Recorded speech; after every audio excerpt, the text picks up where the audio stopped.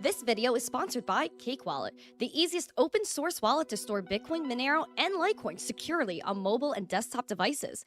When buying, selling, and exchanging crypto or trading for gift cards, Cake Wallet ensures privacy and security, giving you the keys to your coins. Hello, everybody, and welcome back to the Randi Hipper Show. I'm your host. Today, we have a lot of things going on. Tucker Carlson bashing Bitcoin. We have the 4-year cycle up in the air. Does it still exist? Has it ever existed? But we have a lot to chat about. But if you haven't yet, what are you doing without smashing the like, subscribing to the channel, and sharing this out with friends so more people know what's going on here, and meeting our very important guest today, no other than Rob from Digital Asset News. Welcome to the show, Rob. How are you doing? I am doing fantastic, Randy. Thanks for having me on yet again. I appreciate it. I always love having you on, Rob. Rob, you're like the wise man of crypto. You're so peaceful. You're so zen. And I just appreciate your vibes overall. Guys, I've known Rob for years and I know it's been a hot minute since he's been on the show. So I think we need to go back in time with you a little bit, Rob. Let's talk about getting in your 20s, Rob. I'm 22 now. It's been a minute since I've been here. It's been a minute since you've been here. So what was it like in your 20s? What were you up to? What was your life like? Well, see, so that was when that was before electricity and indoor plumbing. It was a long time ago. That was like 30 years ago. That was a long time ago. But back then I was in the military and I was a medic, and it was good times. And the thing back then, which I think a lot of people are dealing with now, is where do I go? What do I do? What's my purpose here? And when I went through is because, I joined the military because honestly, I didn't really have any other financial way out, and I had a lot of problems. And it was me and my single mom and my two brothers, and it was a kind of a difficult situation. Sometimes we would have a place to stay, sometimes we wouldn't, and because of that, I had to just kind of make something better for myself. So I went into the military. It was the greatest thing of all time. I mean, it's you go to the U.S. Army and you learn a lot of things. You learn about self-discipline, self-reliance, and just who you can actually be. And then, going into that, I didn't really, and one thing that was always the underlying tone, which was always this, and when you are raised poor, you start to think about how do I get out of the situation? Where do I go? What do I do? And how do I make these things right? So you start to go into first of all, the jobs that you can get into, or the professions that you can get into that actually can generate revenue. But then as time goes on, you realize I'm never going to get anywhere just working for somebody else, because there's only so much that I can do, and there's only so much hours in the day, and I can't work 24/7. I just can't. I mean, as young as I was back then, I just couldn't do it. But I figured out that maybe I should do it in something kind of like investing. So then I would invest into little pockets of land and then real estate. And then I did onto online education platforms. And then I started up my own sports facility. It was a nice sand volleyball, sand soccer place. Good times, a lot of drinking and funds of tournaments, leagues, and events and things like that. I never got into equities or anything until later. And then once I got into a little bit of stocks, I figured out about Bitcoin in 2017 when son comes home. Actually, in 2012, he comes home and says, "Hey, I got 500 Bitcoin for $500 on this hard drive from this kid. You want to buy them?" What the hell is that? And when he explained to me, I'm like, "That's the dumbest thing I've ever heard of in my life, Alan. It's not going to work." And then, of course, 2017 comes by, and I'm like, "Why is Bitcoin at $8,000 when I could have bought it for $1? This means that, what's the term? Number go up. So I should probably look into this." Then I bought it, and now here we are. So that's taken me from just financially 20 until these days. Wow, that's wild. So I love when you mentioned, growing up poor, you have to figure out different ways to make money, and you had to get creative with it. And did you meet a recruiter in the army? Where did you get the idea? Hey, let me just enter the military. Oh yeah. So I was kind of struggling in between, between high school and college, because you're supposed to go to college, right? And I couldn't afford college. So I went to, a local community college. And in that, I met a couple people. And during that time of countless parties and drinking, which I excelled at way more so than I did in college. And they were like, "Hey, if, I'm going to be, shipping off to basic training for whatever." I'm like, "Ed, that's why would you do that?" and he would talk to me about, what you can get out of it and how it supports the country and how well it can do. I was like, okay, I got to talk to these guys. I'm sick of really kind of chasing my tail here. So I just kind of figured at this point that I wasn't going on the road that I wanted to. So I looked to others, to where they went, and I said, you know what, I want to do what they're doing. I want to be where they're at, and that's pretty much where it came to. Oof. So what age did you enlist? Were you like 20? Nah, I was like 19. Oh So shoot. all that drinking and everything else, I was had a nice. Actually, I didn't even have a fake ID back then. It was just you could just get somebody who was 21 to buy it for you. You kids know what I'm talking about. If you even drink anymore, as I understand it, the kids don't. The kids these days, they don't even drink anymore. Yeah, Gen Z isn't really about drinking, and like I'm definitely not. And like I know a bunch of my friends, they're not like really looking to go get hammered. And like if they do go to the bar, it's kind of like low key. They go, they chill, they have maybe a beverage or two, and they peace out. It's not like I don't really know people that like black out or anything like that. Well, really, I know. Well, that used to be called Friday night, but these days, as you get older, as you get older, you realize that was probably not the best thing to do, and everything in moderation, right? Yeah, Gen Z doesn't like to drink. Gen Z more likes to touch a special grass than they do drinking. And Mhm. so that's kind of like the whole element of Gen Z. Gen Z is more about chill than like a lot of energy. Like Gen Z is very almost like hippie. Which is why I think your generation is going to be a little bit better of an investor because they are so chill. I They think, are. us growing up, everything was aggressive. Everything had to be done a certain way. Everyone was a competition. Everything was you got to win. Maybe that's just how but that's pretty much how it was. I can tell you guys are much more relaxed, especially. And I will say, like, I was just talking to a friend, Jim. We just had lunch, and I had to rush over here for this video. And I said, "Yeah, I'm going to be on Randi Hipper Show." And I told him, like, Randy, she's going to be like the future of crypto. Oh my God, We used to stop it, call Rob. Miss Teen Crypto. And I said, "Have you ever seen her on Fox or Newsmax?" And Jim's like, "No." I go, "You got to watch it." I go, "She's like, if I was that age and I was speaking to a live audience where I was reaching out to like hundreds of thousands or even millions of people, I wouldn't be that calm and collected." But I go, she is going to be the next one. You're killing me, Rob. You're gonna make me cry on this podcast. I Nah. I cannot.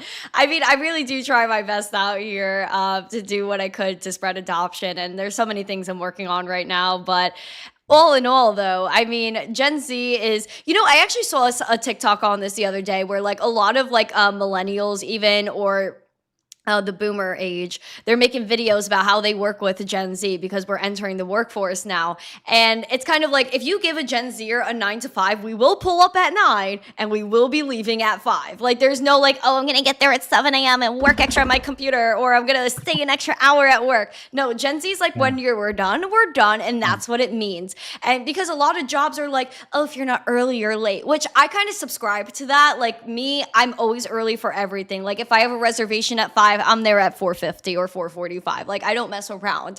But other people in Gen Z, they're a lot more laid back. Like, you know what? No, I'm gonna pull up at 5. I will leave once I'm done, and that's it. So there's definitely a mentality to it where Mhm. we do work hard, we get the job done, but it's not like we're trying to like kill ourselves doing it. And I feel like that was the mindset of the generation before us is like work, work, work until you die, where Gen Z is like working to live, not living to work. Does that make Yeah. sense? No, you guys, that's why I said you guys are ahead of us because the whole thing back then was, work as much as you possibly can and, work and then of course retire and then travel for 3, 4 years, then croak and die. But, if you just would, if you know what I know, and I think you guys have already figured it out, which is whatever job that you work at, even if the harder you work or the hardest that you work, it doesn't matter to them because they'll still let you go. They'll still fire you because there's always the bottom line. The only flip side of that is where it is in your favor is if you own your own business Yep. and you work as possibly hard as you possibly can because that's your own business and that's what you're doing. Now, there's a lot of different jobs out there. I mean, of course, if you're in the public eye and of course, if you're in healthcare and things like that, you probably got to work as hard as you possibly can to help the people around you. But yes, Yeah. like some of those jobs, you're like, do I really have to be here this much? Kind of crazy. Yeah, Gen Z doesn't mess around. Like I mean, I do have a lot of friends. Like I have a friend that's a neuro ICU nurse. I think she's like 24, 25 now. I think she just turned 25 and she grinds. Like, there's definitely Gen Z that's out there working hands on and like being doctors and people that are dealing with some wild stuff. Like the stories my friend tells me are like unbelievable. And like, I can't imagine what you went through. Like, were you deployed when you were in the army or no? So I was deployed with the 4223rd U.S. Army Hospital, and what I did was this was in 2002, 2003, 4, and 5. So we were tasked to go over to originally it was supposed to be Afghanistan, but then there was a rotation. So what we did is we took over for the people in the ICU, the people that went over there too, and we were supposed to rotate out. We just once they got back, we stayed as well to support, and we actually never went over there. So during that whole time, I was just all stateside. Oh, so where was your hospital? This was in El Paso, Texas, in I was Fort gonna Bliss. say, how to be Texas, freaking Texas, yeehaw. So you got a lot of passion about Texas though. Like, do you think the real estate in Texas is like worth buying right now? Because I see like I went to Katy recently in like May. I was in Katy in Texas Haiti. and Texas like Katy is all brand new. Like the neighborhoods over there are all brand new. Like, there's Katy Asian Town, which is fire. If y'all are near Katy in Texas, you better head over there right now. Go get some food. Hmm. Yeah. So it depends. There's a deal everywhere. And it depends on what you want to do. If you're looking for if you want to break it down, this is why I can't give financial advice to anybody. And of course, this is what we're always talking about. Because some people, they want to buy their house because they want to live in it. Some people want to buy a single family home because they want to rent it for long-term or short-term rentals. And some people want to buy apartment complexes, single family homes, whatever it is, because they want to flip it and they want to sell it really quickly.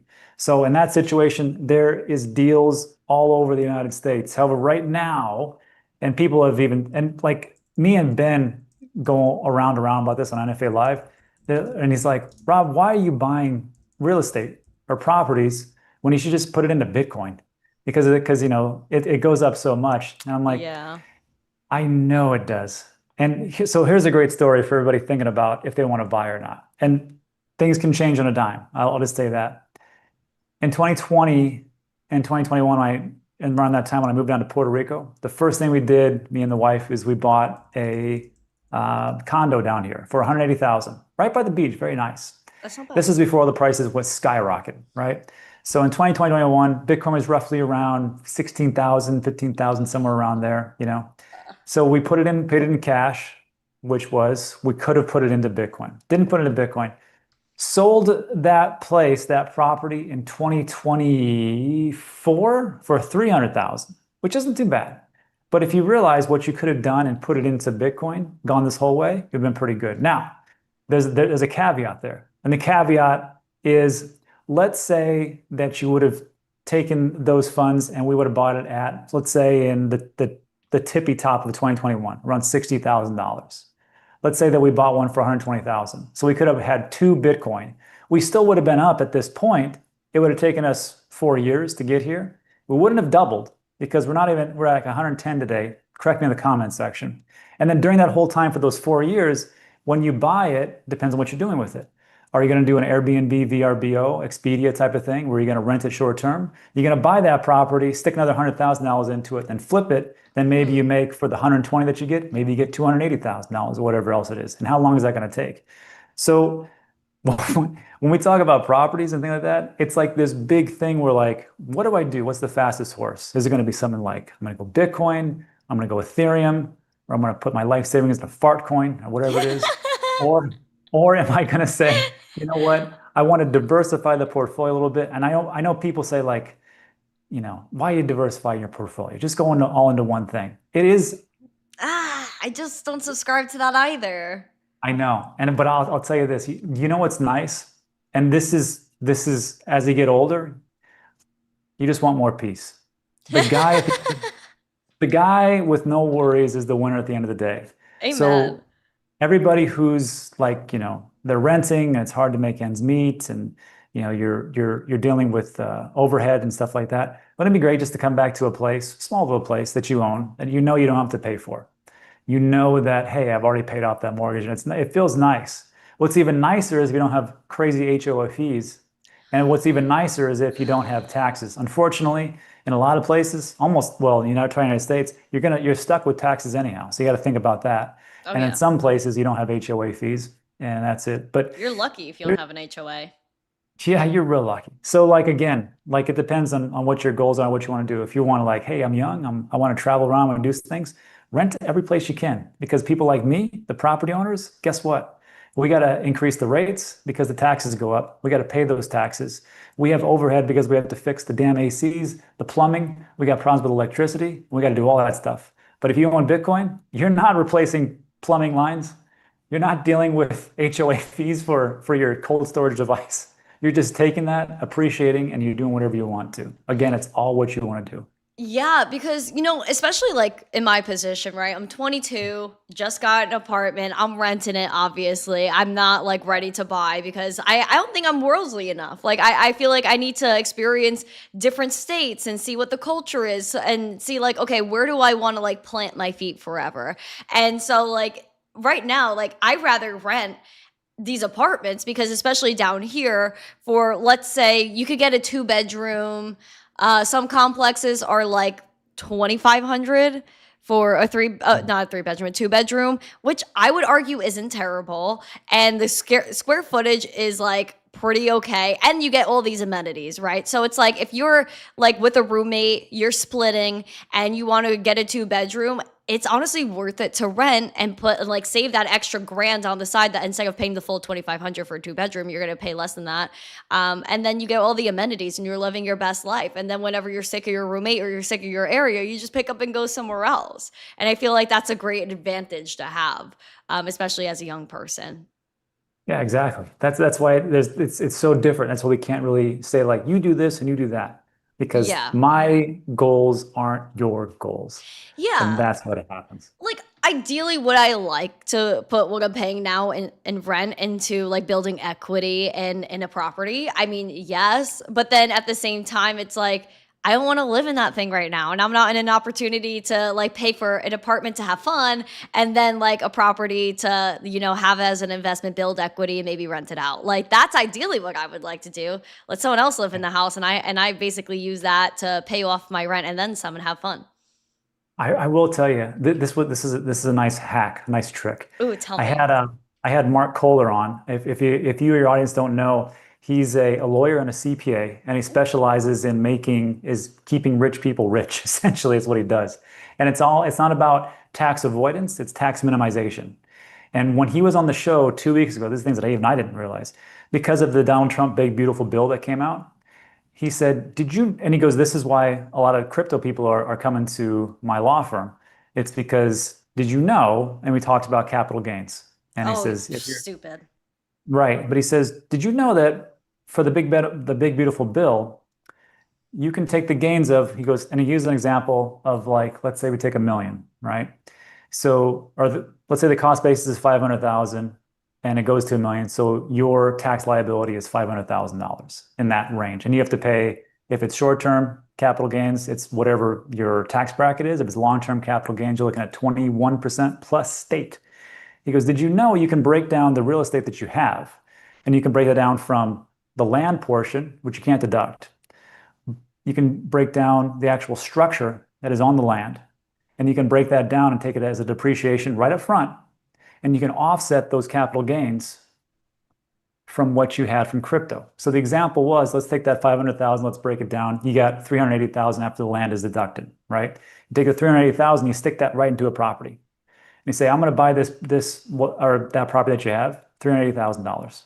And because of that, you don't pay capital gains. But what do you have? You have a cash generating asset. What do you do with it? Well, you stick that on. First of all, you fix it up if you have to. You take an Airbnb and VRBO. You get people in there. And you say, okay, we're going to do this. I'm going to try to be a super host, blah, blah, blah. Also, when this is happening, you actually, of course, that cash flow comes in and you can use that in any way, shape, or form that you want to. So it's like one of those things that you can do in the background to kind of make the money work for you instead of paying it to Uncle Sam. And Yes. I didn't know you could do that because of this new law.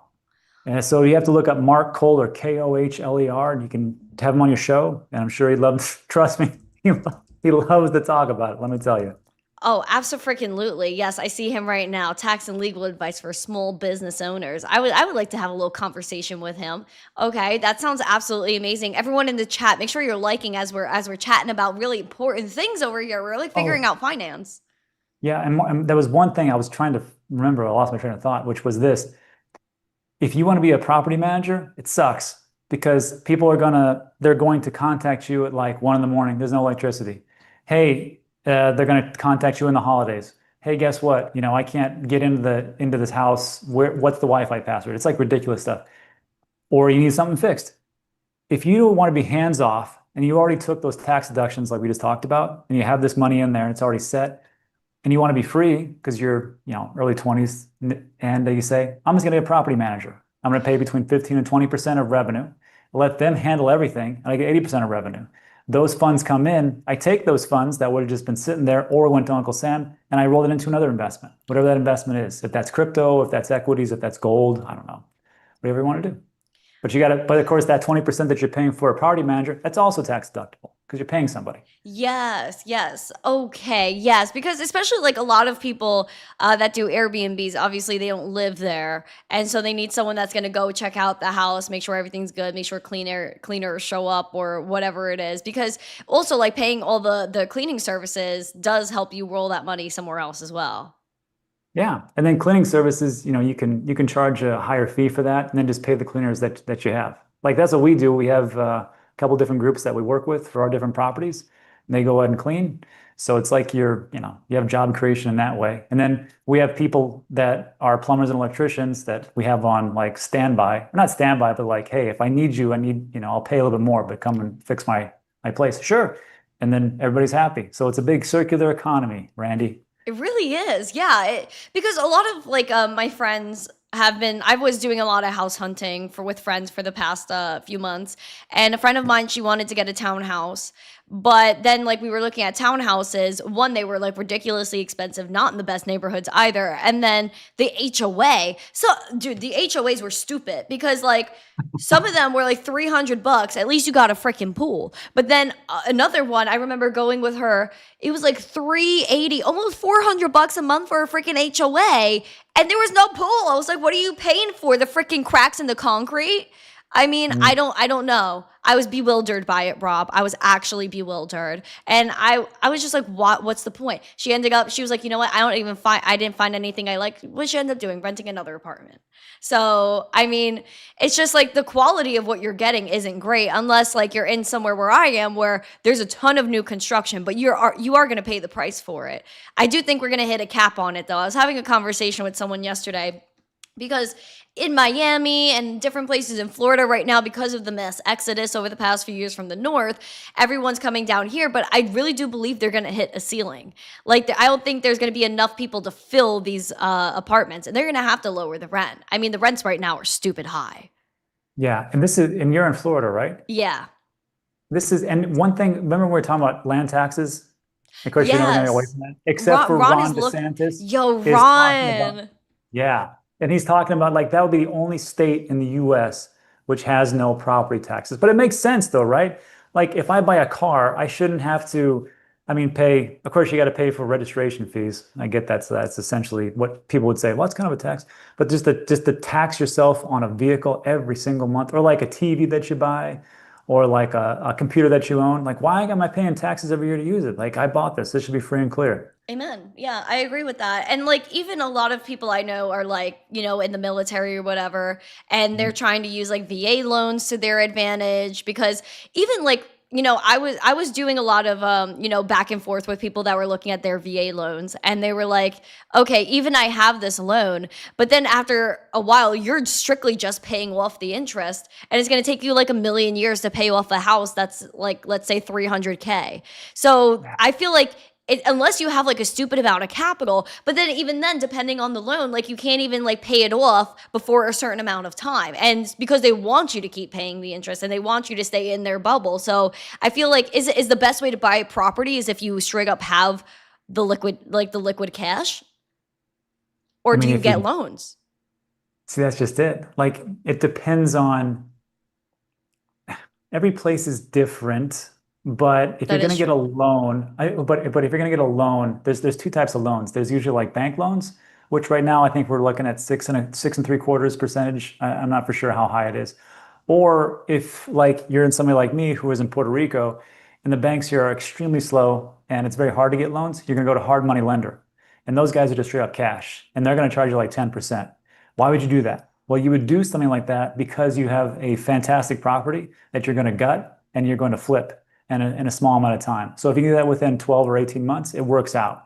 If you're doing for someone where like you're going to live for a long time, hopefully you'd find a bank or something like that. But when you have like hard liquid cash, and it depends. Like if there's like a $2 million house and you have $2 million in liquid cash, you probably wouldn't want to do that. I think if, or maybe you'd want to find a house for like, let's see, the average house in America these days is like $435,000, right? That's a lot of money still. I would Stupid. pers Yeah, I mean personally, it depends on how old you are, where you want to be, how big your family is, if you want to settle down. I would just say, get something hopefully under that if you can. And then right now, with the rates that they are, I think rates are going to go lower at some point. I would be renting for a little bit before I Yeah. sunk a bunch of money into it. And especially like with what you can do right now with not just Bitcoin itself, but like look what happened like in the precious metals market and look how things are exploding in say like the traditional markets, especially if we take a look at the AI sector. I Oh mean, you just take a look at gosh. that, you're like, why would I put that into just a house I'm living in? Why would I rent that? Use those funds to invest and then go from there. For me, that's how it is. That's how it looks like. Yeah. But It's remember, like I bought houses before it was like super duper crazy high, like pre-2020, pre-coronavirus. It was relatively inexpensive. After that, everything went to hell. Yeah, like I was chatting with someone yesterday that owns a property, built a house on it, and he was like, "Yeah, like when I was in the housing market and trying to get into like property, it was like after the '08 crash." Cuz I was saying like my Oh, generation is at such a disadvantage because yeah. of 2020 and inflation and just the way strictly the world works. Like, Gen Z is in a real different position than most. And he was just like, maybe you guys can make it in Gen Z because I, started making money and like, I got a house after the '08 crash and I thought things were high then, but things are also higher now. And that's just the way it works. Oh, I was like, I don't really know about that though. Like, why do we have to have the '08 crash? Why did we have to have like the COVID madness that was strictly like, I don't know. I can't get into conspiracies, but like that was like a black swan event that like you could say was, not supposed to be a big deal because it was just, you could say it's the flu or whatever it was. And it was just all like a lot of propaganda. You can say whatever you want about it, but 40 to 50% of our money supply was printed between 2020 and 2021. I mean, yeah. you look at, the macroeconomic chaos, like in '08, yeah, there was the crash, but did you have like BRICS and Russia and China trying to like evade the US dollar and push de-dollarization? Like, I think we're in a vastly different world than even the '08 crash. I mean, let me know how you feel about it because obviously you really lived through all that. I was like 5 years old when that happened, so I wasn't absorbing it. Yeah. So I will tell you that like what your friend talked about, how like he thought it was pricey back then, it was That's not. what I said to him. I was like, bro, what do you mean? No, no, it was dirt cheap. And especially like if you're looking after seven, eight, and nine, one of our friends, his name is David Bingham, and what he did, and he even said, he goes, I kind of got lucky because he sold off a lot of his property in '05 and '06. And then once, and it was just happenstance. Just he did it because for numerous reasons. It wasn't because he was like a savant and he could figure out the future. But after the 7 and 8 crash, he said, man, he goes, the same property that I sold for, say, 400,000. Now we're looking at 180, $150,000. He goes, I can't pass that up. So all the money that he had then, he stuck it into not the exact same property, some same property, but even more so. And he built it from the foundation, which is when everything collapsed. And then he waited another 10 years and then sold everything. So it's like when people talk about like it was cheap back then, it was cheap. You could actually afford things. Like people, like you could have like one job, and your wife and kids, and you could actually make it like The Simpsons. Nowadays, that's not happening. That is just not happening. There is just too much out of control. And that's why, Yeah. and of course, like you're always talking about this on the channel, which is, you take a look at quantitative easing and the M2 money supply just going up and the printing of money. And that's why we get into Bitcoin. And that's why the gold bugs believe so much in gold. We're on the same side. I don't know why we can't get along better, but that's why we invest in a Bitcoin. That's why I invest in a gold, because there's only one way that the dollar is going. And at some point it's being debased, and it's going to be a debasement trade. Yeah, like there's this thing that people say, and like, Gen Z and millennials, they're like, we're like, a couple would be a dink, a dual income with no No kids. kids. Yeah. And that's like what the go-to life is for people right now. Right now, people are trying to romanticize not having a family because they're able to keep their income. Because once they like have a kid, even if it's only one kid, I mean, look at baby formula, like how much that costs, the cost of diapers, and then the diapers have all these chemicals in them, and it's like, okay, now I'm putting all these chemicals on my poor little fresh baby. It's just, there's so many things that a Gen Z cannot do. Like, can we go have 4 or 5 kids? Physically, yes. But will we be in the street? Absolutely. And so even 2 incomes isn't enough. So most people are working like 2, 3 jobs and still not making enough to live on their own. Never mind getting married. And if a guy wants to get married, he's like, well, I'm low key poor. How can I pay for a woman and go get her nails done and then pay for her cute little wedding dress? It's just not going to happen. And I feel like that's a little bit sad.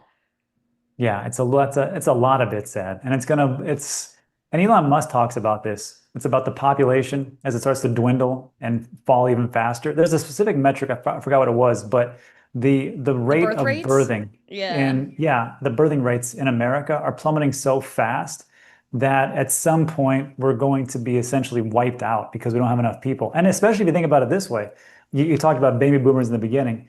So as the baby boomers have gone through that whole cycle, of course, being young adults, older adults, and then into this time frame when they're pretty much passing away, or they're in that part where they need so much help. Who's going to take over for what they're leaving behind? I mean, that's The banks all that the really job. own everything. That's who, like, Right. So yeah, of course, people say, well, they're going to pass it all down, and of course, it's going to come to me, and you're like, No, they're well, it not. could, it very well could, but then there's only so much. But then all the jobs that they actually left and have vacancies, like it's not like government jobs or like jobs that are pretty much worthless. But we're talking about like electricians, plumbers, contractors, those type of things. Like we have a massive shortfall in America, and on all those jobs, the AI is not taking that job unless Optimus gets rolled out from Tesla and he's able to weld at the drop of a hat. Give it a We had, year. yeah, we need so many of those, and especially like if we're talking about AI and compute to actually make those factories or to make those areas, those warehouses. What do you need? You need laborers, you need people to actually build, and those people are like gone. Yeah. So, Because and that also goes back to like America as a whole, because even in New York, right? Like if you, or pretty much anywhere, you pull up to a Home Depot and there's a bunch of undocumented people there that are just trying to work, and then they're doing like the labor intensive jobs, and then there's other people in America that, like, I think we're a little bit spoiled. Like, yeah, everyone got participation trophies growing up. Oh, you did your homework, you get a little trophy. And then yeah. what do? You go out into the real world, they're like, I have to get my hands dirty. Most men don't even want to go to the gym anymore. Like, Rob, we're doing bad out here. We're doing bad. And someone in the chat said marriage is a scam. Now, you got married pretty young, didn't you? How do you feel about marriage? Do you think marriage is a scam? Well, Depends who your you get your married wife to. must not be listening to this either. Hopefully she's not, depending on Yeah, what your do you think answer. about that? No, no, she's not. She actually, You're no, so she's funny, Rob. so well. I mean, I'm going to tell you right now, the best investment you're ever going to make is your partner. And if you pick the wrong one, it's going to be like you just invested in Luna. And and if you pick the right one, it's going to be like you just invested in Bitcoin at a dollar. And that's really what it comes down to. The most important thing you can do is pick the right person. I got lucky. I picked the right person. And decades later, we're still together. So, like, if people say, it's a scam, it's what, trust me, the ones, And I have it on both spectrums. I've had friends who've been divorced. I have friends who are miserable, and I have friends who are very happy. And I can just tell you what I just said, pick the right one, and hopefully you grow together over time instead of growing apart. Your life will be so much better. Yeah, But because I know that's a you. whole nother video, Randy. That's a whole It nother video. really, it really is, honestly. I would really love to hear about it all because I know you guys like buy property together and all of that. I mean, just aligning on investment thesis and I think spirituality and politics are probably like three major pillars. Do you agree with that? Right. And of course, the first pillar is religion, right? Without Yes. God, we are nothing. Oh, So, Rob, I right. freaking love you. Continue. So, I mean, everything starts with there. And then, of course, underneath that is the family. And of course, you have to take care of the family.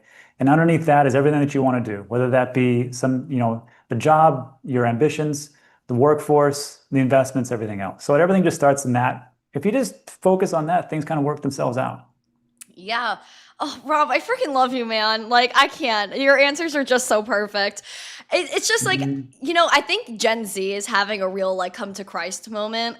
And I think that that's probably the best thing that's happening for Gen Z right now. And I definitely think that, like, marriage right now is very almost taboo. Just because I think a lot of people have like issues, like commitment issues because of social media. I mean, social media really didn't impact your social life as much like by the time you got No, married, right? Like it wasn't really like your wife wasn't worried about you hitting up like your roster on Snapchat type thing. no. Well, there was no Snapchat, but I mean, like, but back then it wasn't like infidelity wasn't exist. I mean, it was out there. It was just there was it just wasn't on a social media level type of thing. And of course, it wasn't as I'm sorry, it wasn't as dumb as like people posting their infidelities on social media. I'm like, how stupid can you be? So But I dumb. mean, that's pretty much where we're at. So yeah. Yeah, what a moment we're having right now because, like, it's so hard to trust, like, girls and guys, because these girls are promiscuous out in these streets. I can't even imagine. But they're out here, Rob, like everyone's pimping themselves out, and they're like, you don't know who you can trust because you have social media, and it's like so easy to hide a message or like hide your location, and because everyone shares their location, so it's like you're on Snapchat, you're like, why is this guy at this girl's house? All their bitmojis are next to each other. Like it gets very messy for Gen Z and dating. So I just wanted to get your opinion on that, Rob, because it's a travesty what we got going on right now. How does your son feel about life? Does your son, like, you have a son, how old is he now? 30s? 20s? Yeah. 20s? Yeah, I will say 20s, 30s. I got four, so yeah. Oh my God, you got a whole litter. How do your kids feel about this economy growing up in it? I mean, they're 20s, 30s, they're a little bit ahead of me. It's difficult because it wasn't, like I said, it wasn't as difficult as it was back then. Because back then there were pretty big opportunities to take a part of.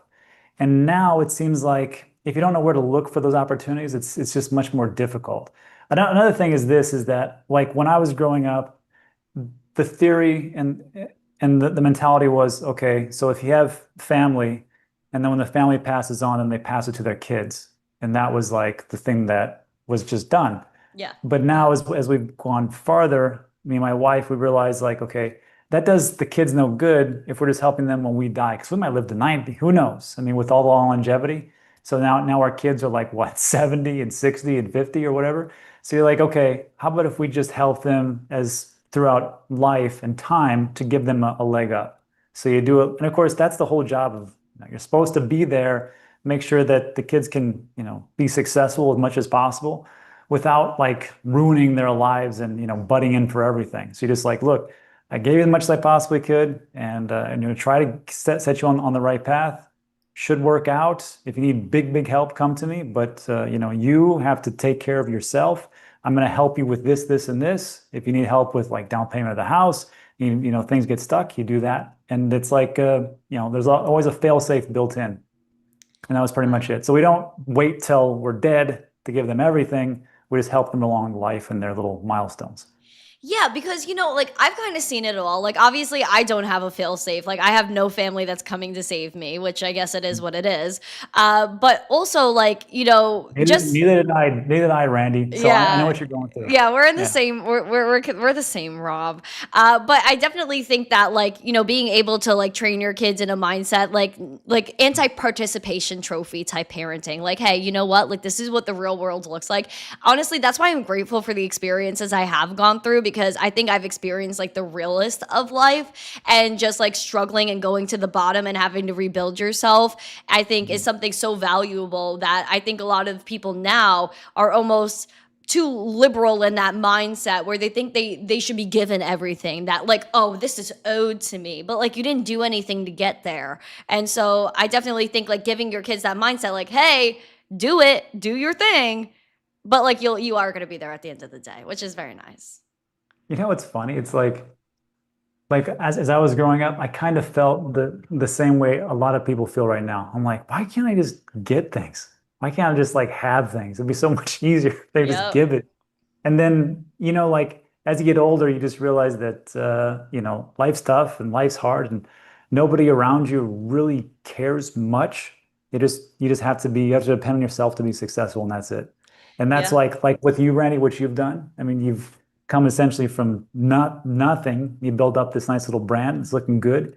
And then, same thing here. So people aren't going to be around you, maybe, but as long as you may not have like a cushion, that's why you have to build the cushion for the next level, the next layer of your family, which is inevitably going to come. Oh, I freaking hope so. In this economy, I hope so. Also with the men that are out here, it's a little bit dicey out in these streets, Rob. But that's neither here or there. This isn't about my dating life. But at the end of the day, a lot of people are looking again towards something else and the future. And I hope people my age are thinking about the future. That's what I'm trying to tell you guys. Let's think a little ahead here. And when I found Bitcoin, I was like, okay, obviously the way we're transacting is going to change. I mean, like I've never written a check in my life. I'm always using tap and pay. I'm never using like physical credit or debit cards. My friends don't bring debit or credit cards anywhere. The other day, someone was asking for cash. We got no cash. And then last night, my friend was in a group chat like, hey, does anyone have like newspaper by any chance? You think anybody got newspaper? No. So like obviously everything is going to the next step. And then we have Bitcoin and everybody is just like losing their minds now. It's Bitcoin and stable coins versus the rest. Like what's with the tribalism, Rob? What are we doing? The tribalism for like fiat or the tribalism for like gold and For, Bitcoin and Ethereum and Solana and da da yeah, da. like why is it like Bitcoin maxis against the world? Why can't we all be friends? I don't get it. It's the Bitcoin maxis. If you, when I got in 2017, it was Bitcoin first. Everybody's Bitcoin first. Of Everybody. course. And then you hear about altcoins and the gains. You're like, number go up more? I'm listening. And then of course you buy into altcoins and then things could do great and things could get rugged and that's pretty much how it is. 2021 was like the worst example. I mean, you had altcoins just popping off like crazy. But Ridiculous. I think down deep, we knew it was either going to go one of two ways. Either that there would be mass adoption across the board for a lot of different altcoins, and it was going to change TradFi into something that could be more of a Web3 version. So people were thinking that was what was going to happen with a lot of alts. Now we see in 2025, and you can go back and take a look at most everything. If you just would invest in Bitcoin and just stuck with it from 2022, when it was the low of like $17,600, something like that, and Mm-hmm. then to today, 110,000, and you would have like again, the guy at the end of the day with no worries is the winner. And just dollar cost average from that all the way here, you'd be doing much better as opposed to jumping around and getting to this altcoin and that altcoin, and then getting into DeFi farming, and then into leverage plays, and then perps. It's a wild west out there. So when we talk about like why don't we get along, I think it's because the Bitcoin maxis were just like, look, we know what we got. We know it's going to be great. You just got to stick with us. And it's like they talk to their blue in the face to get people underneath that umbrella. And then we could kind of legitimize things. Because if we don't do that, then we get into other alts. I'm not saying that they're all bad. I'm saying most are bad. Like 99% suck. Then it kind of like taints the whole market, and we look like a bunch of degenerates. And that I think is just, it's like the optics aren't that great, but people say, who cares about optics? Because we're going to get picked up as far as mass adoption. If that was true, we wouldn't have just seen what happened with gold. Did you know that in the last 48 hours, gold lost 4 trillion out of its market cap, Oh, which I is more heard. than the entire, which is more than the entire market cap of Bitcoin at $2.4 trillion dollars. And I look at that, I'm like, there is no reason why that much funds should have gone into gold, where not half at minimum should have gone into Bitcoin. And there's a reason for it. And we're going to figure that out as time goes on. But I just think that's why there's so much, like you said, like infighting and maximalism, is because they just want one thing and people are thinking another thing. And then it's just, we'll see who wins at the end. I just hope like the maxis and all these like tribalistic like people on Twitter realize that it's just them, because I talk to like regular people on the street, like I leave my basement once in a while, and like I'm chatting with my friends, and they're like, they see me sitting there like looking at my phone, I'm mad stressed, they're like, Randy, what's going on? I said, everyone's coming after Litecoin, but it's basically the same as Bitcoin, and I'm like trying to explain this, and they're like, huh? Like they don't even get Bitcoin yet. So imagine, like this is what I said in a video. I said, imagine you're trying to welcome somebody into this space and say, hey, check out Bitcoin and crypto, join the community. And then it's just everyone like, oh my God, you're a scammer, you're a scammer, da da da da da. When like, what are we doing? And then like, if I was coming into crypto and I was looking at all this like, tribalism, I'd be like, I don't want to get involved. And I think it's a turnoff. And so I think like these maxis need to chill out and be a little bit more positive and say, hey guys, this is Bitcoin. And we think that you should like stick with Bitcoin. But if you don't, then it's okay. But then they're calling people shitcoiners. So I don't think I don't think that's kind of nice. I think this is like middle school bullying. Two things. First thing is, when you tell people to get into Bitcoin, just tell them to watch your channel. And if they ever say anything about X, just say, no, no, no, don't go there. Don't look at that. Yeah, that is just a cesspool, and they don't even know what they're talking about. Just stick with my channel, and you'll be okay. And then, of course, the next thing is, you know what? I think some Bitcoin maximalists, if they could, there's a meme where it's like there's like these 3 aristocrats, and they're on a balcony, and they're looking down like this. Like that's how I think if Bitcoin maximalists were really like that, sure, they would just be like that. Like more like Michael Saylor, just like, look, there's no second best. It's the best thing of all time. And that's it. That's the end of the conversation. And just leave it like that. And don't say, well, yours is trash because blah, blah, blah, blah, blah. Maybe that would help out, but not everybody can do that, because we're human and we get emotional and we lash out. That's pretty much how it is. Yeah, people are mad emotional. I mean, we're just nerds at the end of the day, so I think we need to chill out. And so, I don't know. It's just like nerds fighting over nerd things, and I think we need to like chill and let like people come in and like enjoy what we're doing here. And I think that's also why I think like this cycle, and I want you to comment on if you think the 4-year cycle is real. But I mean, like, I think that's like the major problem of this cycle. Like last cycle, it was like, okay, we got decentralized exchanges now. We have different places to buy. We have like all these things coming out. But then this time around, it's kind of like, okay, what's actually happening here? Like, where are our crypto payments where we could go somewhere or anywhere and pay with crypto? Where, like, I just think that, like, even our wallets, like, there's nothing like drawing people in, like, oh my gosh, I have to get in that. Like, even NFTs were so fun. Although it was art, it was like, yo, this monkey is so dope. Like, this needs to be my whole brand. Like, I need to make a TV show out of this. I get the rights to the art. Like, there was just so much excitement and innovation. And I feel like we're kind of a little mundane this time around. And I feel like institutions low-key killed our vibe. Yeah.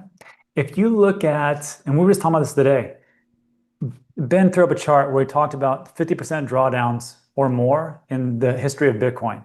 And we could see back in 2012 to today that a lot of those 50% drawdowns, and there was many, many, many across this way, but it stopped right at around midpoint of 2023 to the end of 2023 into 2024. And what happened in 2024, January or February, correct me in the comments section, is where we had a Bitcoin ETF come in. And people would talk about that, and they would say, you know what, this is going to bring legitimacy, and it's also going to reduce volatility. And I said, nah, I don't think it's going to be that bad. And of course, looking at that chart, I'll be damned if it wasn't true. Those 50% draws, they don't happen anymore. They haven't happened. So when we have something like that and we see it, we're like, okay, what's going on? It's because the institutions came in, and I was, again, having lunch with my friend Jim, smart guy. He's like, Rob, you don't understand. ETFs are not there to trade and mess around with. ETFs are like a set it and forget it, especially if you take a Exactly. look at, yeah, you've got three tiers essentially for the ETFs. You have the institutions, the advisor class, and then retail. He goes, there's a lot of retail in there. And the advisor, or the ones that actually are taking giving advice for ETFs, are one side. Institutions are lowest, but the ones that move everything are those first two. So when he talks about these things, he goes, it's just a set it and forget it. Retail is going to go in there and they're going to do their thing. But the whales, the big players, they're going to slowly accumulate over time and they're not going to really do too much with it. And that's going to reduce volatility. And today I was like, okay, Jim, I think you're right about that one. No, honestly, it does make sense. But even if you look at like the chart, right? Like Bitcoin hits a high, it comes back a little bit, goes back up, it comes back. It's not like these massive God candles where like, oh my gosh, Bitcoin's 100K right now, but it's going to go to 120K in the matter of the next 5 minutes. And I think that's what people are missing. Like, where's the adrenaline? Where's like the dopamine of the situation where everyone's like, I got to throw a million X leverage and I became a multi-freaking millionaire overnight. Like, that's the headlines we're missing. And I think that's why people are a little PO'd right now because, you know, they can't be degens and freaking buy Pepe and do like a 100X long and make money. And like all of that is kind of like, I think, passing us. And even I've been saying it since I started. Granted, like 2020 is when like the 5 million altcoins started to come out of nowhere. But like this is a decentralized technology. Someone's going to always create a token. You can never stop someone from creating a token. Can you stop yourself from participating in being a degenerate and losing your money? Yes. But also, we know that most of these tokens, like you discussed before, have no utility. They just exist and they're out there. And so I think like over time, I think in the next 10 years, we're going to probably have like 10 major blockchains and that's it. That's kind of how I feel about it. Maybe not even 10. No, you're speaking my language. There is this website. And it is, I'm just going to give it to your audience. It's visaonchainanalytics.com. And what it is it the corporation that is Visa, what they're doing is they're tracking all the stable coins and the rails of those stable coins. And it takes a look at all of them. Mostly what it takes a look at, of course, is Tether and USDC, which is 93% of the entire stablecoin market. And I show this all the time on my channel. And the reason why I show it, because at the very bottom, it'll tell you the volume that is being done on each one of those rails on Tether and USDC. And for both of them, Tether, which is the lion's share. I'll just pull this up because it is the one that does the most volume for Tether globally. And I never would have known this unless I was just snooping around. It's Tron. And the volume that it's done on over 12 months, I'm looking at right now, is $3.4 trillion. And that's on Tether. And it's always the same thing. It's on Tether and USDC. It's Tron, Ethereum, Binance Smart Chain, Solana, and then a little Arbitrum. And it doesn't matter, like, if you take a look at the volume, if you take a look at transaction count or transactional volume, it doesn't matter. It's always those chains. So if you're looking at like what you said, like it's just these 10, look how well Binance Smart Chain has done. It's done pretty well over this last year. And Ethereum, for all its flaws and everything else, of course, Robinhood picked that up in its layer 2 solution, which is Arbitrum, to do tokenization of stocks. So that's another thing. And then, of course, Tron, which I never would have known because I'm American, it's used majorly. When I was in it was South Korea, it was some blockchain event that we were at, and everybody that was talking and moving funds around for Tether, it was all on Tron. I'm like, who the hell uses that? And I'm like, we do. Just you Americans don't use it. I'm like, I guess I don't use it. Tron is great. It really is. I didn't realize. Yeah, and then Solana, of course. I mean, it popped off with the meme coins, but I mean, it is cheap and it is fast. And we can debate about if it's decentralized or not. But I'm just saying this is one of the things of being chosen. So, like what you talked about, I think if you're looking for the altcoins, look at those first and do your research. Yeah, I mean, I agree with you 100%. That's really interesting. Like, so what do you think overall about the 4-year cycle? We honestly haven't had many of them. Do you think that it's even relevant at this point? Do you think there is a 4-year cycle? You know, it's like we've had, so really it's been the 3 cycles, right? Genesis block in 2009, it's then a run up to 2013, right? From like nothing to $1,100. And then you go from 2014 to 2017, you go from a couple $100 to 20,000. And then you go from 2018 to 2021. And of course, what do we have? We had like, what was it? 3,000, 5,000, all the way up to 67,000. So if you take a look at those, it's only 3 data points. It's not that much. People will tell you that there's going to be elongated cycles. And at first I was like, you're full of it. Because I heard the same thing in 2017 and I heard the same thing in 2021. And guess what? It didn't happen. However, moving forward, if you take a look at, there's a metric, return on investment from halving till all-time high. And those transactions I talked about were 2013, 2017, 2021, and now, of course, today. From the halving to the all-time high, if October 6th was the all-time high, we still had elongated from the halving to the all-time high. Also, if you take a look from the very bottom of that cycle to the all-time high, this cycle right now has extended beyond all the other the 3 previous ones. So if we're looking at that, it's looking like maybe we can go into Q1 2026. But, and we were just talking about this today, not only the 50%, Guy and Ben brought up a good point. And they said, you know, if you take a look at the 4-year cycles in traditional markets, and you can map it out as it's, and you overlay it with the presidential elections, you have a presidential election in 2020, right? And then once you get the guy in, whoever that is, markets don't like ambiguity. They like to know what's going to happen. But once they get a president, like, okay, this guy's going to do this guy's going to do that. 2020, you get Biden, printers go on. 2021, everything was all-time high, right? Then 2024, we got Trump. Now, the next year, here we are, and we've gone up pretty well, right? Yeah.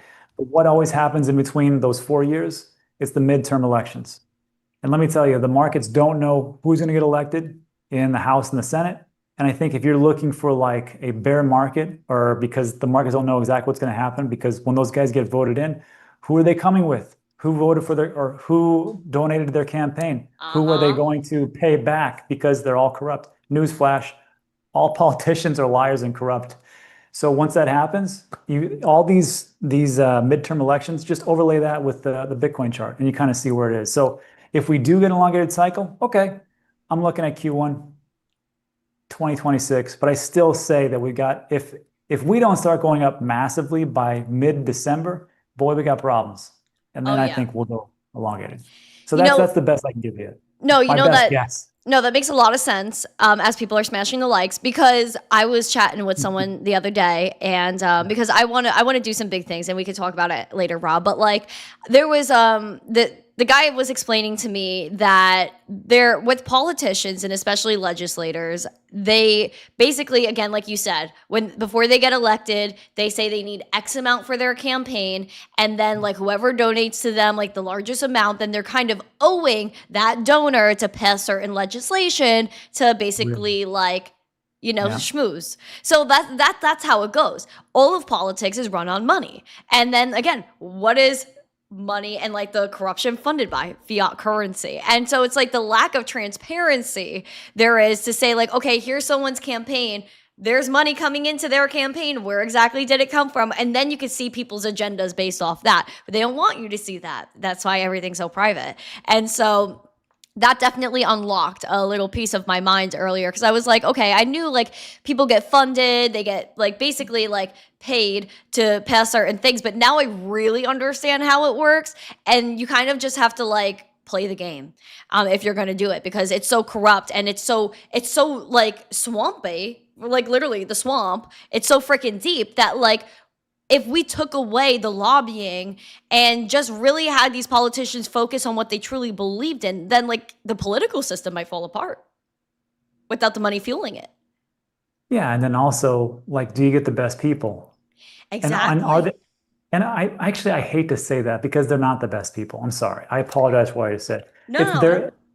They're not the best people, because if they were the best people, they wouldn't be taking the bribes like that. But it's like not they need money to run. So it's kind of like they're almost forced into it, because then like if they're a Joe Schmo, they're looking to be in Congress or run for whatever, a representative in a state, then what do? Like they have to get money from somewhere, and which is why they get roped in with Big Pharma and all these other people that want to push their agendas.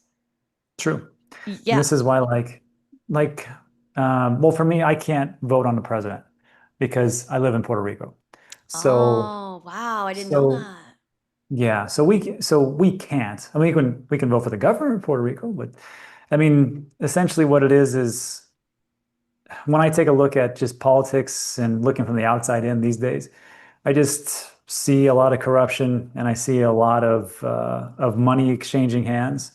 But, you know, hopefully we get the right and this is what it comes down to sometimes is that you vote for the people that will forward your agendas, whatever those are. I know some people don't like a certain sector, but if you just look at it like, well, what are you going to do for this part of what I want Exactly. to be pushed forward? Single Then issue just vote for voters. that.